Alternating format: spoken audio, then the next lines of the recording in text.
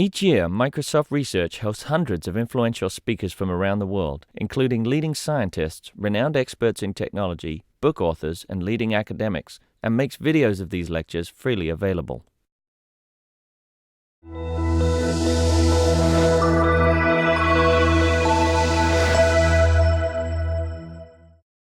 It's my pleasure to introduce Stephen Friend.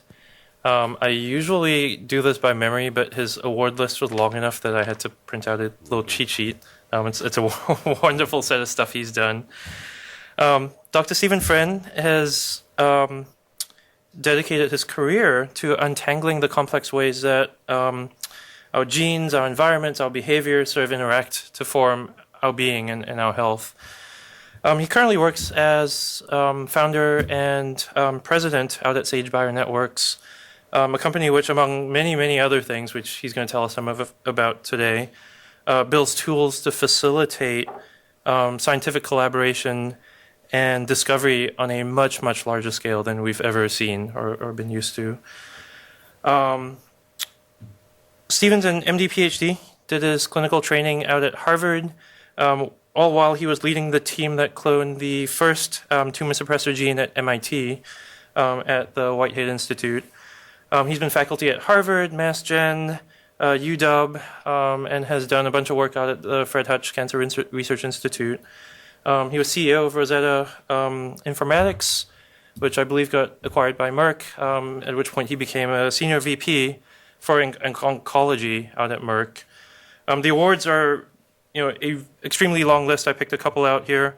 Fellow of the American Academy of Arts and Sciences, an Ashoka Fellow, Senior Advisor to the National Cancer Institute, Trustee for American Association for Cancer Research, the Marquis Cancer Foundation Research Award, and Ernst & Young Healthcare Award, White House Champions of Change recipient.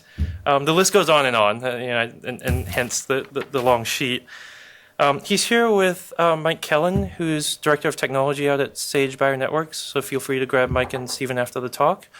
But rather than stand here and say any more and get in the way, I'm going to hand the mic over to Stephen. I don't know if other people feel this way, but the skill of introducing people in a way that actually is coherent is not that frequent. Desney, that was really, it showed that you didn't just read the thing and thought about it. No, and I bring that up because we're sort of looking for partners always. And partners get chosen by finding people that are on the same wavelength as you are. And we're proximal. And so maybe there'll be some things that come out. That's our goal of Mike and I coming over is maybe it will be on a particular project, but more important, maybe you'll get some awareness of what we're doing. Just 3 slides on the equivalent of why we do what we do. And then in an uncharacteristic way, Mike will tell you, I'm just going to stay on one topic the whole time. Exactly. But that doesn't mean that I couldn't get teased to go to the side, the left, or the right. And so make sure this isn't too one way.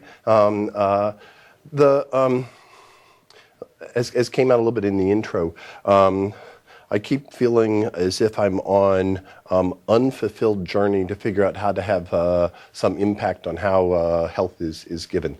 And sadly, whether it is as a physician, as a researcher, in biotech, in industry, those images that you actually can make a difference, and by that I mean a difference, not just do a job, is harder than it seems. And I have been rather unsuccessful at feeling as if that was fulfilled. The work we're doing at Sage is because when we were working in biotech and in industry, there's a way where teams will cooperate with each other to get a deliverable that has nothing to do with recognition outside the fact that you pulled something off. If you go to academia, sort of the opposite. What really matters is where's my name going to be, what credit.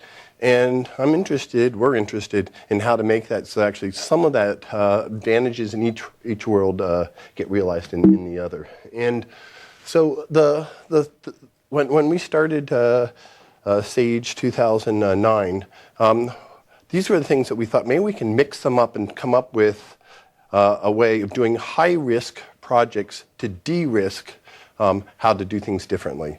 The imaging and the omics data, I think, is probably clear to you. The work that Eric Schott and others we were doing on building network models using priors, Bayesian methods to build things were coming into their own in biology.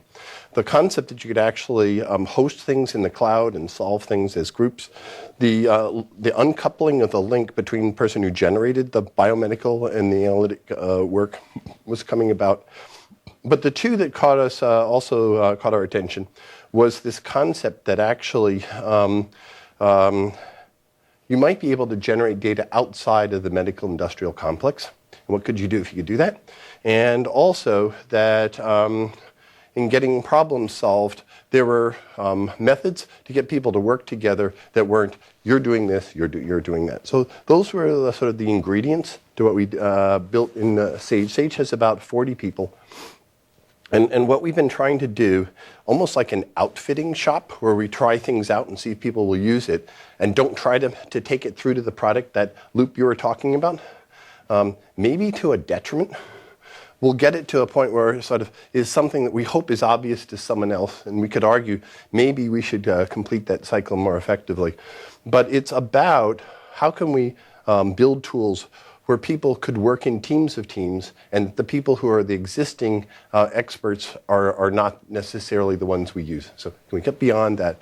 And so we've been having, I think, a pretty good time. And now I'm going to drop down into the title I used in Amsterdam for some of this earlier. Another version of this was using sensors, can we come to our senses? Okay. So here it's a little more verbose, but for the most part, we're living in a medical world where people get excited when there are investigator-based qualitative assessments that in our mind are not very helpful. And we're interested in shifting from things like the word fatigue to having some assessment that actually can have a deeper meaning. And so the title is Emerging Opportunities and Issues Around the Transition from Investigator-Based Qualitative to Participant-Based Quantitative Assessments of Symptoms, and here importantly, within health and disease. So yesterday, the White House did its second press blitz on precision medicine. You may have seen some of that. One of the things that, even though we're very much into omics and what that can tell you about subgroups, one of the ironies is that if I had all the data on each of you in your omics, the chance that that would actually give me a way to assess the real-time changes that are happening to you is small. And so I think precision medicine has to be equally based on being able to look at fluctuations in state as it is in some code that was written that you can get out on a disk. So precision medicine right now is enamored with the concept, if I just know all these 3 billion base pairs, I'll be able to do X with it. But it doesn't take much extrapolation to realize how absurd that is. And if you're not tracking what's going on a minute by minute or week by week or whatever basis, you're not going to. Both are needed. Is all I'm saying. Another way to illustrate this is we've this seesaw has gone back and forth. 80s and 90s, people thought we had rich phenotypic data because we didn't have any genomic data. Now we have some genomic data. And so right now, I think that's sort of an accurate slide. And it's a quest to obviously have both.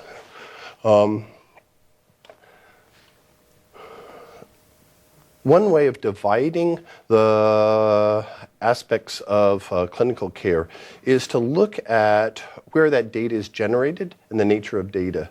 So for a number of clinical disease, cancer, infectious disease, et cetera, the data that makes the decision is generated still within medical laboratories as quantitative measures.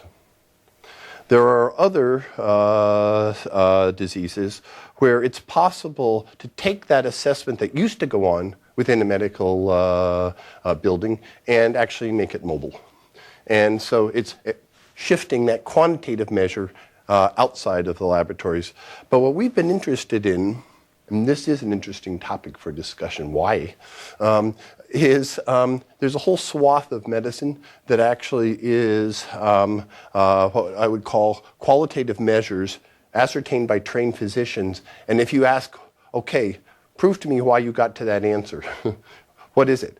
Whether it is, interestingly, a radiologist or a pathologist, whether it's a psychologist or a neurologist, it has something to do with intuition, it has something to do with training. But the bottom line is it's neurons firing in that person's head that can only be trained to the extent that it's matching what it is that they have as that aggregate. And to me, that I think is morally wrong.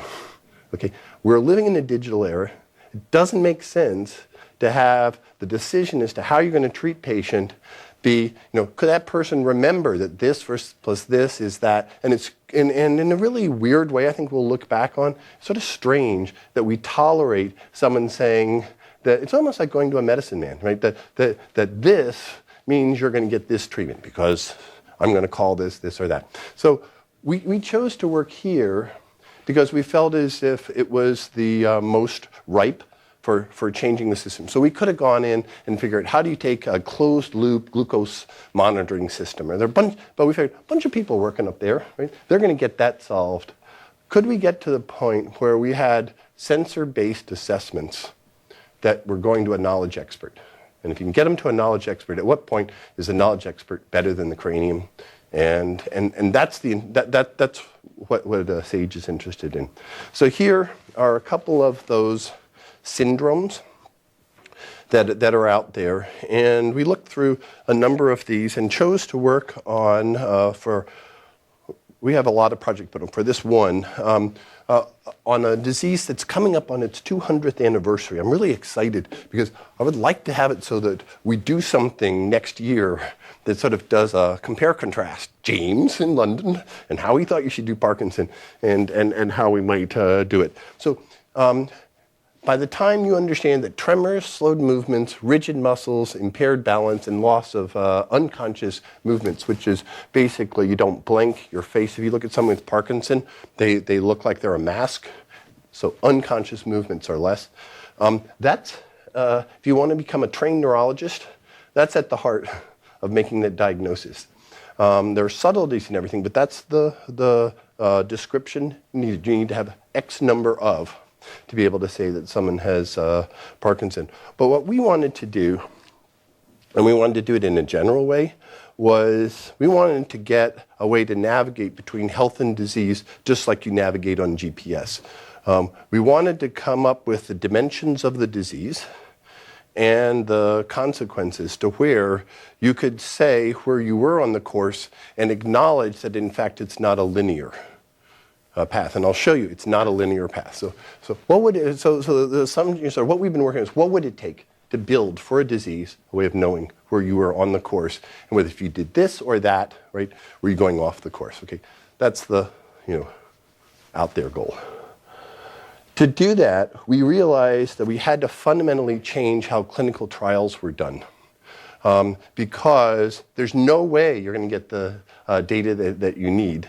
And so the strategy that we went to was assuming that smartphones were the best method to get that data because orders of magnitude more individuals that we could enroll.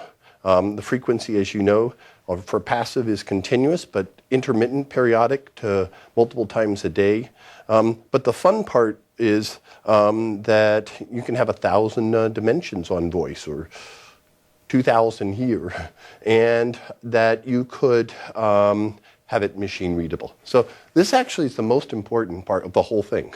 I would argue this alone, right? Meaning that you don't have to read a chart and guess what someone meant by something, that instead you had some quantitative signal. And if you're going to feed a knowledge expert, that's how you want to feed the knowledge expert with something you're really going to be able to aggregate.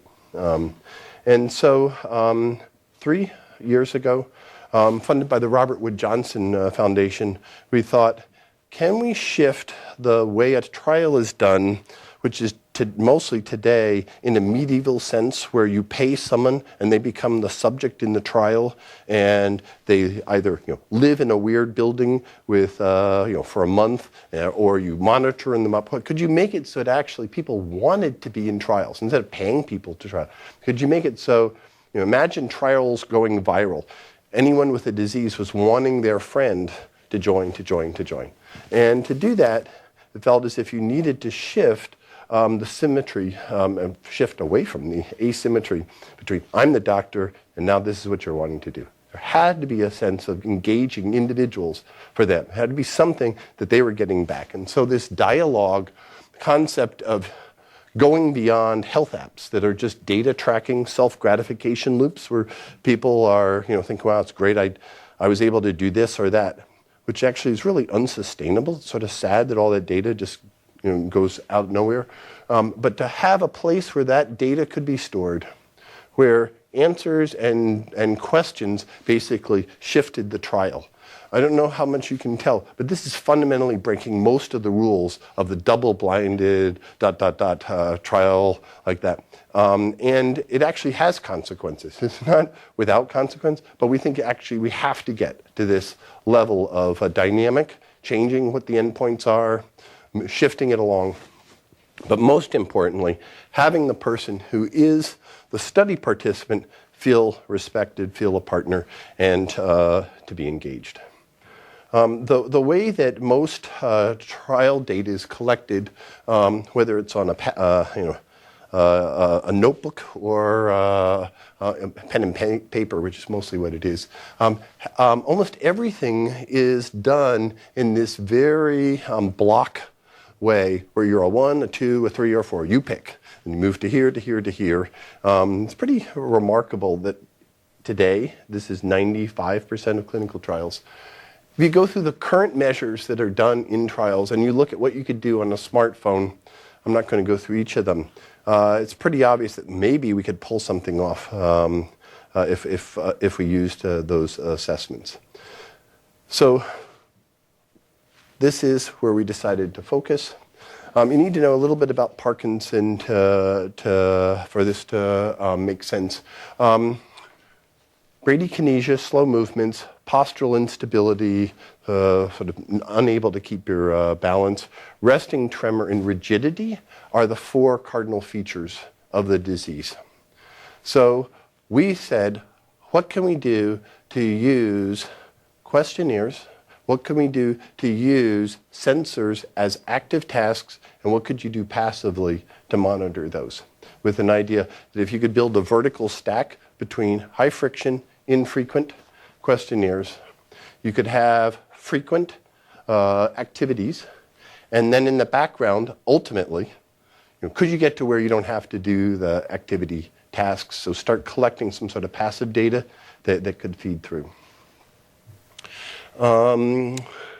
The current clinical standard is the universal PD score called UPDRS.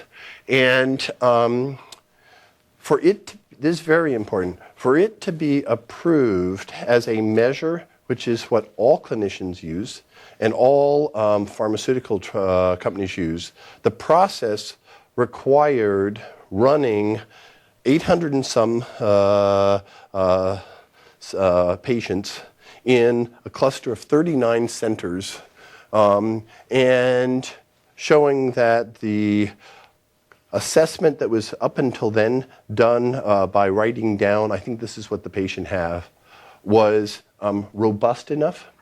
And I would argue by saying robust, it was also insensitive enough.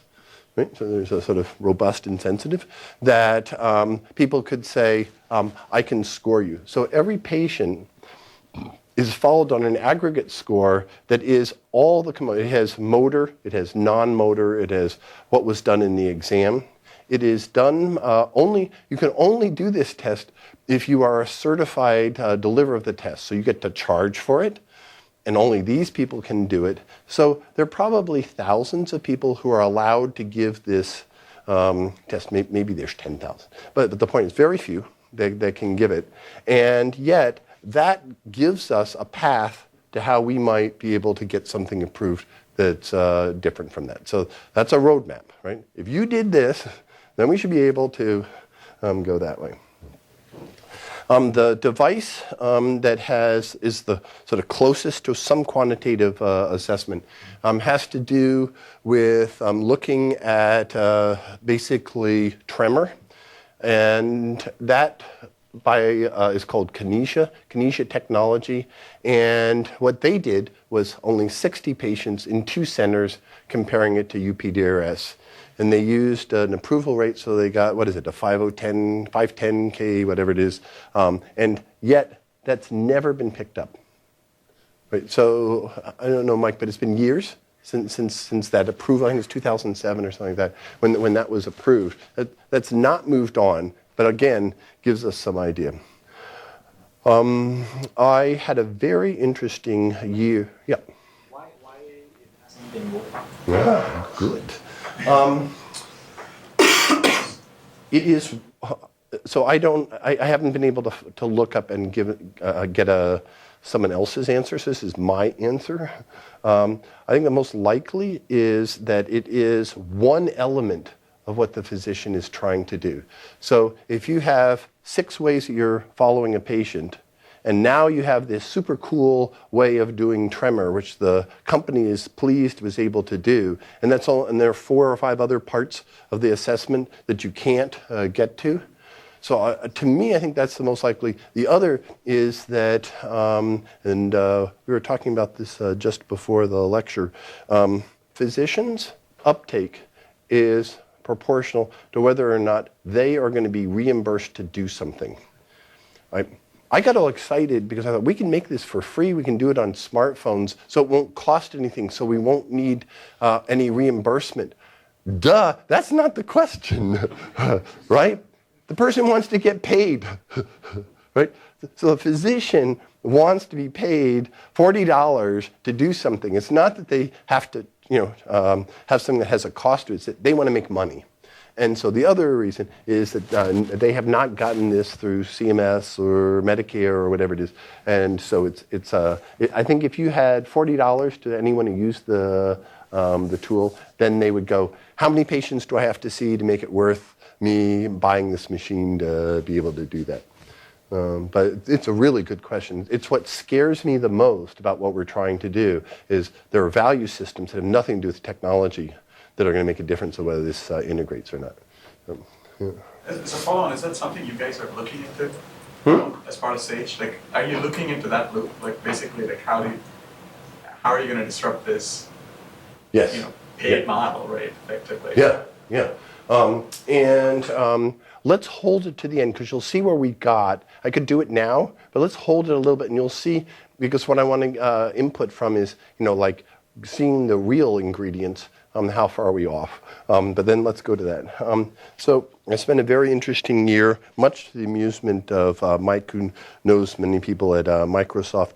I'm working inside of Apple for 9 months. So for 9 months, I went down to Cupertino every week over a beer and more. I'll tell you more about what it is to be there. The reason I said it is if you were to say 2 organizations that share values and principles in sharing and openness at SAGE, and very few people would write SAGE and Apple who know anything, right? Don't know anything, know anything. But it was very helpful for us to work with the group, and coming up on a year, we helped build out 2 of these apps directly and helped Harvard and Stanford with much of what they were doing. Because they were this is important. So why did I do that? Because they were willing to invest into a research tool. Okay? So what I was interested in was a research tool, and that they agreed to put open code hosted for GitHub. So all the code for all these you can get, and that was sort of one of our it wasn't a prerequisite, but it turned out to be, fortunately, the case. Open code hosted on GitHub. And we, SAGE, could function as a neutral repository for the data. So Apple said, we're not going to look at your data. interesting in the last 2 weeks of news. But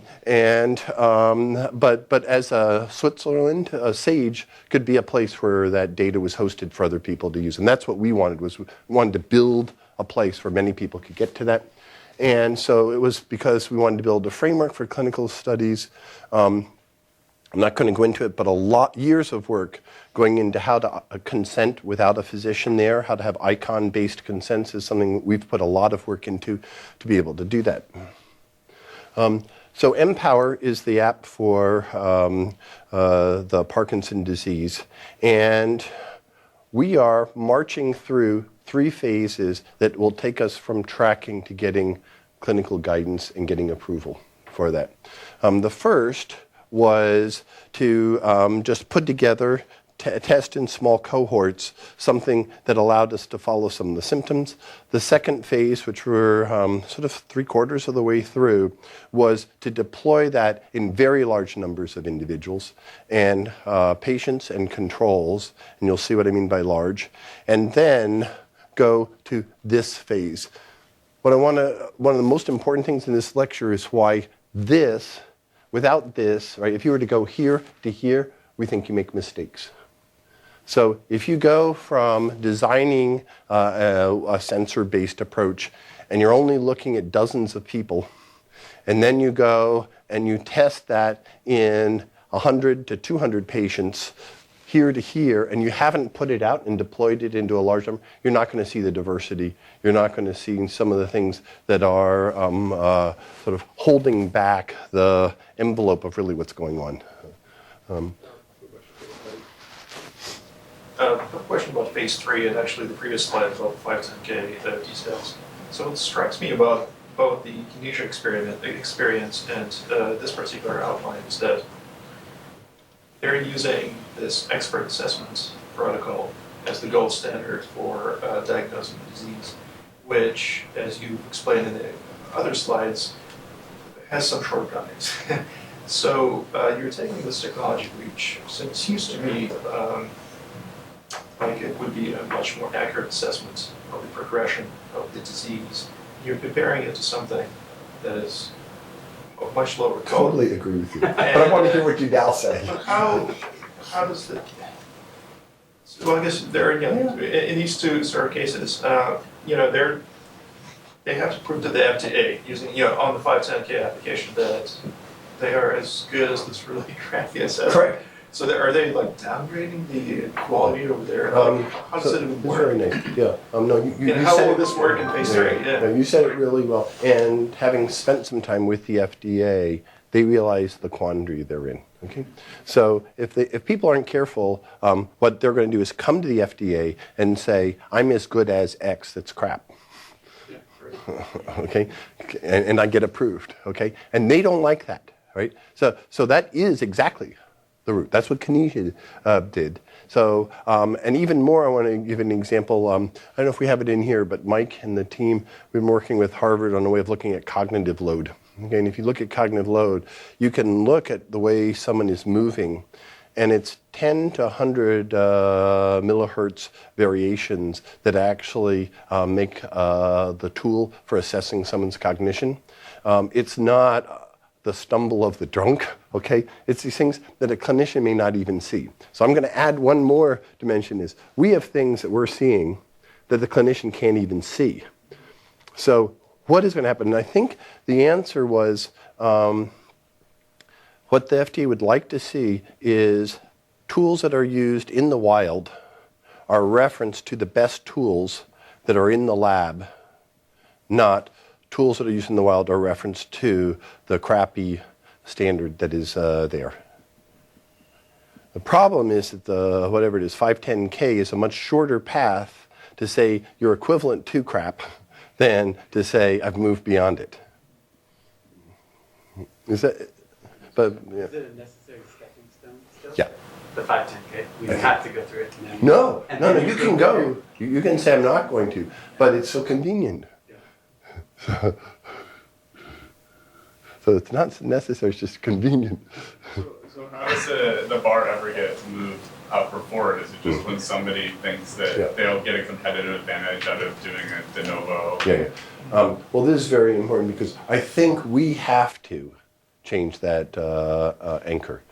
And we, meaning whoever we're trying to work with.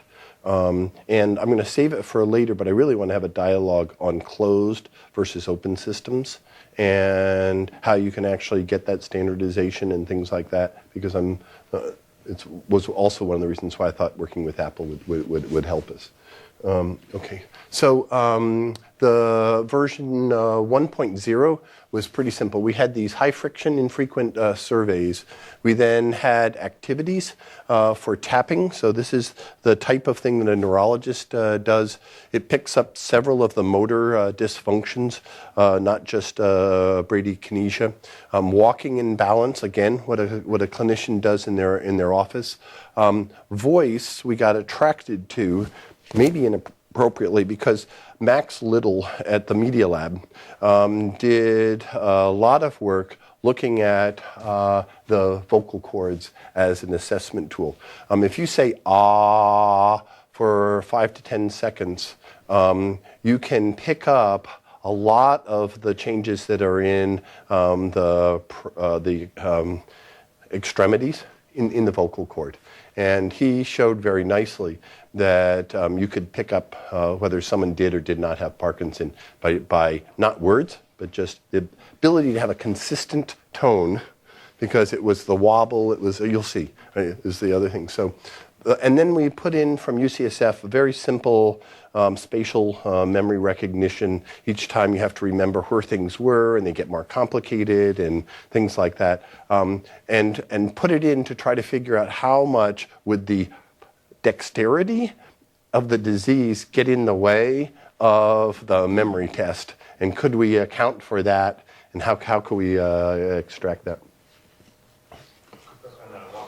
I heard recently that the asymmetric arm swing is a potential precursor for diagnosing Parkinson's. Can you get that from, you probably can't get that from just a smartphone in a pocket. Is there a way you could use it? No, I think you can. What did you think? Oh, you mean because the arm? Swing. I've heard that the asymmetric arm swing, where one arm tends to not swing. No, you won't get it from that. What I've been really surprised is what this picks up. Do you know what I'm saying? That is, it's what I mean is there's a lot of dimensions of data that can be picked up from a single point. Whether you could get the asymmetric thing, one of the things that we got excited by, one of the reasons why I came today, was some of this, what is it called, electric field type approaches that seem much better suited to doing that type of measurement. I think you guys are probably closer to being able to help on that than putting it in the pocket.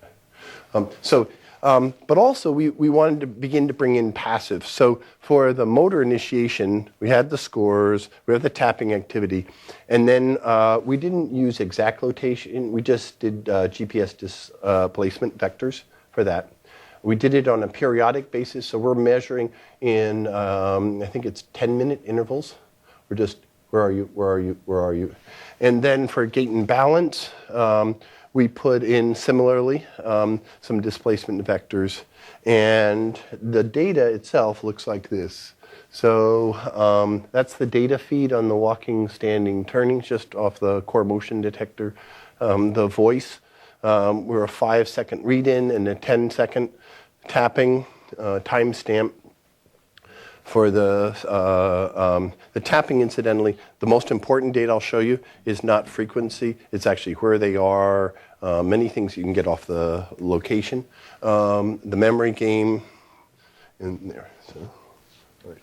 So what we had to do was we wanted to build a system where the patient PHI data was completely separate from the study data, and we wanted it coded. So we basically have all these tasks, you get the login, and this is all encrypted, and it's set as streams to the bridge server. That's our name for basically the loop that takes you to where the data is stored in Synapse. And we can't tie those two back together. So we did it initially so that there was no one could come in and tie one to the other.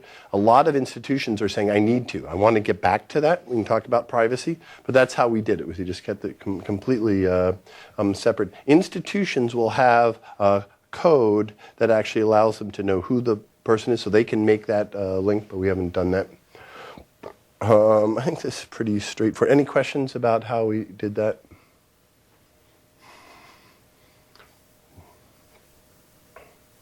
Okay, so in the 9 months between March and December, 95,000 people downloaded the thing just for lark. 15,000 of them actually went all the way through and enrolled. And 16% of those had the disease. 85% were controls. And the most exciting thing is we gave the individual a way to say, do you want your data shared only with the institution, or do you want to share it with qualified users around the world? And more than 75% in every one that we've built have said, I want to give it to qualified researchers. Okay. So we bypassed the academic institution that says only after the paper is out will I want this data to be shared. It just means that now we have control of the data. Actually, it's the participant who has the control, and we're allowing what they want to do. So we have all that data up in Synapse. Across all the apps that we have 150,000 people now in Synapse. I'm showing this one. We have 150,000 people who've given us their data to be able to look like that. Yep. Is that hit rate equivalent or congruent with the incidence rate of Parkinson's across the population? Or were these people self-filtering to some degree? They're absolutely self-filtering. Yeah, it's a lot of people who had a relative. That's where those controls. And in fact, unlike most studies, it's males aged 25. Our hardest time was finding age-matched controls. There are many more of them. But we had 20, 30, 40, 50-year-olds. And the disease sort of goes 50, 80, like this. But we had some in every state. This will come up later when I talk about something else. So we had individuals in every state, obviously California, New York, Florida, right, where the elderly, right, are the most. I could have used your map, Steve. That'd be very nice to throw it on the map. With about 1,700, 9 out of 10 are taking drugs. It's mostly L-DOPA. 9,000 without PD, 4/5 of them are males. Very interesting. Very few females were coming in as controls. Virtually all of them had never been in a clinical study before. It was sort of fun. All right, so what I want to show now is what we did with the data was we did random forest, principal component, various types of analyses. And what we were looking for is, could we find the features that were most predictive in correctly classifying whether you do or you do not have the disease? Okay, so this signal here and my description is looking at what were the features within tapping. There are about 47 different ways we were looking at tapping. What was the one that was strongest predictive value to say whether you did or did not have Parkinson? Okay, so you're with me? Yep. Your definition of did and did not have Parkinson's is based on having somebody else verify it? No, it's what they called, what they said, and it's really important. Okay. We were talking earlier about the problem with doing studies like this. So we don't have anyone going back at a neurologist and stamping that person as having. I know sometimes the most recent release, I'll put myself as having Parkinson because I want to test some features.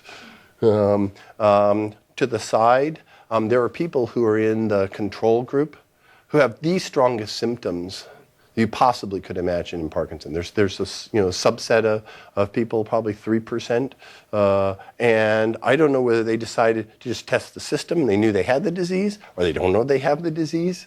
Do you you have some flag they might want to get?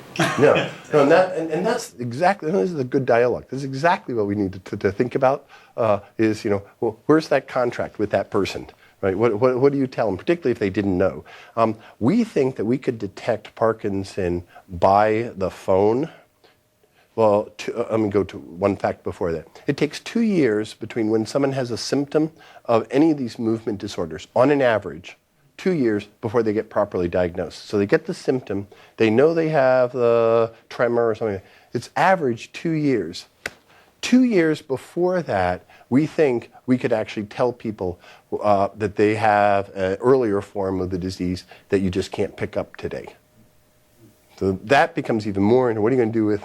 Do you think people are self-selecting because they're worried they might have the disease? Yes, I do.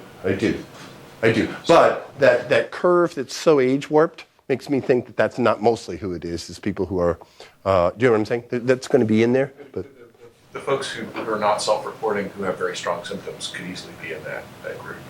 yes. Yep. Yes. And does their age distribution look like people with the disease? Ah, nice one. I don't think I asked that question. That's good. That's a perfect question.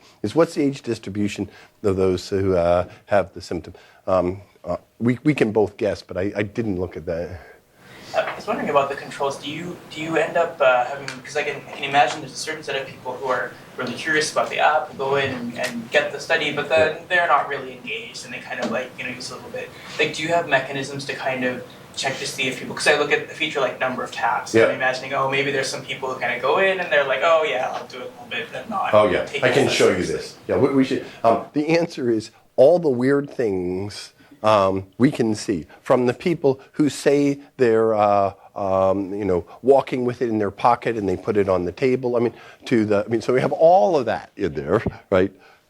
To the people who are just playing with it, and this is really important. This is that second phase, and asking, knowing that, whether or not you can use it as a valid playground in which to find robust signals. So, no.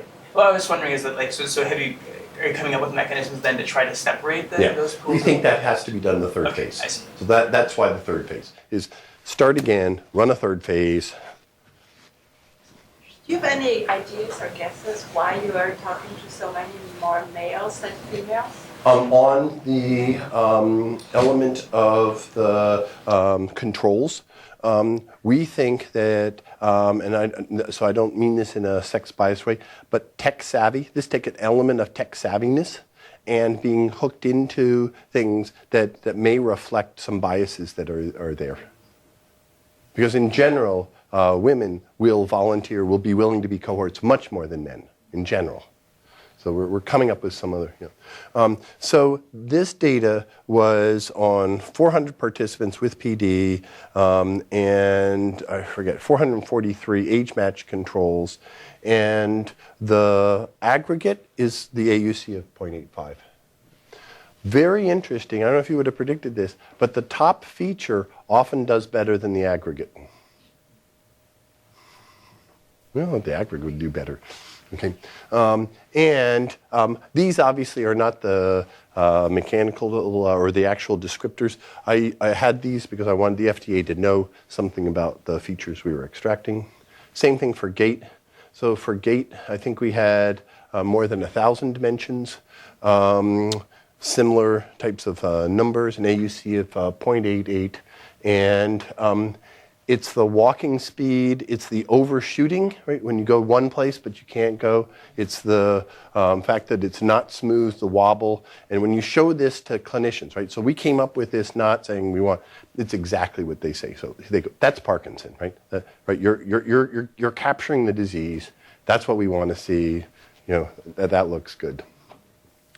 For balance, very similar. Aspects of overshooting, wobbliness, not as strong a signal there. And voice, pretty strong signal coming from it, from the median frequency jitter, and then these are these mel frequencies that take up a lot of the sort of derivatives of looking at voice.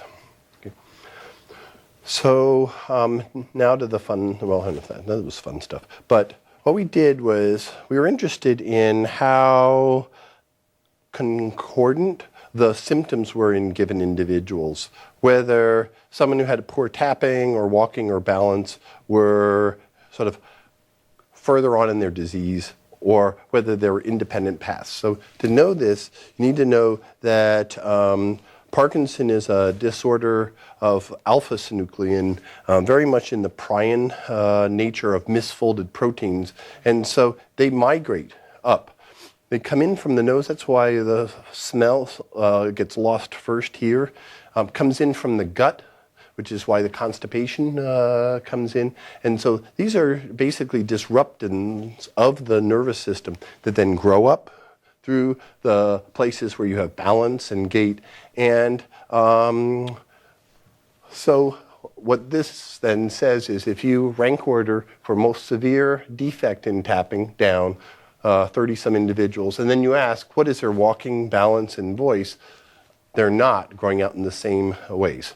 So we think that if you had imaging, if you could do some sort of alpha-synuclein imaging of these people's brains, what you would see is that those misfolded proteins are going out this way versus that way. And we think that when we get better at it, we should be able to make a map that doesn't require you to get a scan because your manifestations, opposite of UPDRS, aggregated all together. If you can get it granular, you'll begin to have some sense of what that person should expect, where the disease is progressing. But we did not expect that. Went to the neurologist and they said, oh yeah, we thought, something's wrong with our data here. Why is it so discordant? And they said, no, these patients each have their own path that they're on. And then we said, let's look on a day-by-day basis. So this is one 62-year-old's data over a period of 3 months, pre in red, post in blue, so not as good tapping afterwards, one of those dimensions. And notice how this is not a constant degenerative disease with a slope that just looks like this. Okay? Notice how the med is not doing anything some days, and it's doing something other days. That is the reality of the disease, but we just hadn't had the tools to be able to examine it like that. If we go to looking at now tapping, walking, voice, balance, pre and post med, and we take those dimensions, what you can see is that for tapping, that's sort of like the one I showed before, and voice, higher statistical significance is in black. White is where we don't have data. There is more of an effect on voice and tapping and walking and balance. Again, we worried that our tools were not might not be working. Went to the neurologist and they said, and then showed us a bunch of articles, that the dopaminergic pathway, which is pre-post med, what you should be affecting, affects tapping and voice much more than walking and balance. So even though we didn't have the clinician sitting there saying, this is that, I think it's a clue that we're getting signals that are approximating the disease. So we see these individual variations, we see the day-to-day changes, we see the medication effects. So now what we're trying to do is, can we build a portrait of the disease for the person to give them something other than flying blind between 6-month visits? Because that's what they get right now. 6 months between when they, or maybe 3 months, between when they get seen. So there is an activity tracker on the app that shows a week. That doesn't work very well. So we've been working on, and this is an old design. Mike, it's looking better than this now, but this was, could you show pre-post med, could you show balance, gait? So this is where we could use some design help. Right, there's a better way to show this, but we think on a monthly basis, if you could show someone the pattern, that would be what that person would want to be able to follow. Now, when we first did this, we used the existing tool that had been called PD scores. Max Little had worked on an Android device to say these 3 features of voice or balance or gait were ones that you could compute a PD score out of. So we began to wonder whether those were the best ones. We had ones that were different from what we did. So here's the PD score. It was a block from looking at tremor, a block for voice, etc. For voice, these were the features. That was for gait. That was for posture and tapping. We went back in and we used those scores to ask how accurate were those, his, in this very large data set. The AUC for the PD score that was done was just above 0.5. This really frightened us because if you go on his TED Talk, you'll hear him talking about a 95% accuracy and a 97% specificity. If you go in and you look at what it was that he used 10 patients and 10 controls times 100. I mean, he just took the data. So I think that there is a significant room to improve on how it is to measure. I'm pointing out why the importance of the second phase. I do not think you can go from phase 1 to phase 3. That's what, and the real question is how to get the most out of that second phase when you can't pay to have a clinician doing the accurate measurement. I think we went way out there too far, so way to sort of do it better than we did it. But I think it's some large numbers of individuals are there. These are some of the different ways of tracking. So what we've been talking to the FDA is what would that phase 3 look like? And our expectation is that if we can enroll patients over a period of 4 months and have the clinical assessments, now to your point, you won't have, they're crappy, but you got to put them in some place. With the laboratory assessments that are being used as in the smartphone, but in the laboratory setting where you could assess, how strong is a robust detector at those intervals. So not just the clinical exam, but that should, is a way to get to that. So I'm going to just wrap up with beyond these.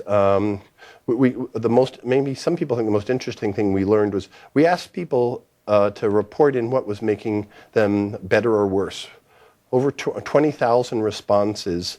We didn't do it in as set words to use. We let them just write down the letters. So it's hard to go through all these different comments. But they grouped into categories of exercise, walking, sleep, work. Those are the 4 largest for better. Pain, lack of sleep, mood were worse. But the one I wanted to bring up was we saw a lot of things that made us think that the manifestation of the disease is being modulated by 20, 30, 40% by what's happening to that person in their world and how they feel. It's not the medication. It's not the stage in the disease. And so we could watch people say race relations out of, or was it in St. Louis? Yeah, Ferguson was saying was hurting the disease. That wasn't hurting Parkinson. That's hurting everyone, and all diseases and health. And so I think there's really an interesting question about what brings out any disease, and the power of trapping, of following not just the symptoms but the modulators, for giving people a better sort of course with their disease. So I think we found that we could extract features within mPower. These things were relatively robust pre-post medication, some sort of quantitative assessments. I think it's given us the excitement to go on to do other things. Just to wrap up, here's one project that we're close, I hope, to finding funding. There's a foundation that has said, if you can do this for Parkinson, can we do it for all the movement disorders? How many symptom modules would you need? Instead of just doing PD, what would it take to go ahead and build symptom modules that would track these various components? We want this all to be open source. So Parkinson has ALS, has MS, has Huntington's that sit around it. But in fact, there are about 100 of these disorders. And in the charts where you go to the neurologist, they go, there's tremor, there's this, there's that. So you can picture what sensor-based modules you would need to build out. And what we figured was if we had about 12 or so, that we could begin to start enrolling patients, validating at a different rate, but that this approach, I think, could whether we do it or other people do it, I don't care who does it, but that would be fun. Basically, rebuild the taxonomy of the disease. That's much harder than saying I can track an individual for that. We're reasonably far into building a consortium of industry and academic groups that want to look at the subdomains of dementia. We think that either as games or as activities, executive function, semantic memory, etc., you could build a tool that would give a way to follow patients over time. In the fall, we brought out an app to have patients follow melanoma and track their disease before they get to a clinician that we've been testing. But the areas that we're most interested now, so if any of you are interested in these areas, are cognition, pain, arthritis, depression, and anemia. And to one extent or another, we have projects going in how to build the symptom modules that you might want to build for those. This is an article that just came out last year that we wrote on how hard is it or how easy it is to do that. We're excited at how these could shift the costs and the ways that clinical trials are currently done by pre-enrolling with the right level of data before a drug is given for each individual, looking for new endpoints. But the one I wanted to go through, which the FDA was very interested in, was imagine a way where sensors could follow anyone who's on a new drug. Anyone, right, who's on a new drug. You just don't know what their symptom is going to be. So this is the voluntary reporting that normally goes on. And so we've been thinking of what are the symptom modules you would want to build out to follow adverse drug effects. What would be your first core set and move out? And I would say that we as a nonprofit or as a spin out or someone needs to do this because the benefit that comes back I think is enormous. And then just the last component is that SAGE as a whole is very interested in building out ecosystems where the data can be shared. The Bridge server puts it onto Synapse, but I didn't talk about today, but for lots of omics and imaging projects, we enjoy building groups of people who want to work on things together. And so what we enjoy doing is building a place where other people could actually carry out their work. And I think it's now March 3rd. I heard that as Mike as of this morning. We have 3 articles that are going to come out and a release of all the data. So we're going to release the first 6 months of all the mPower data, but we're releasing it in a way where we extracted it. And you can go to the raw data, you can go to the extracted data. And one of those papers is just how we organize the data. One is on for clinicians to understand what we were doing. And then one is on this concept of qualified users. So next week, we'll release it. And then we're going to have a webinar for anyone who wants to work on that data and interested in being on the community. So 2 weeks after we release it, we'll hold a webinar to go, if you're trying to do this with this data, here's how you do this, here's how you do that. So I'll stop here. I had one slide that showed Synapse, but I don't think it's needed. I went over.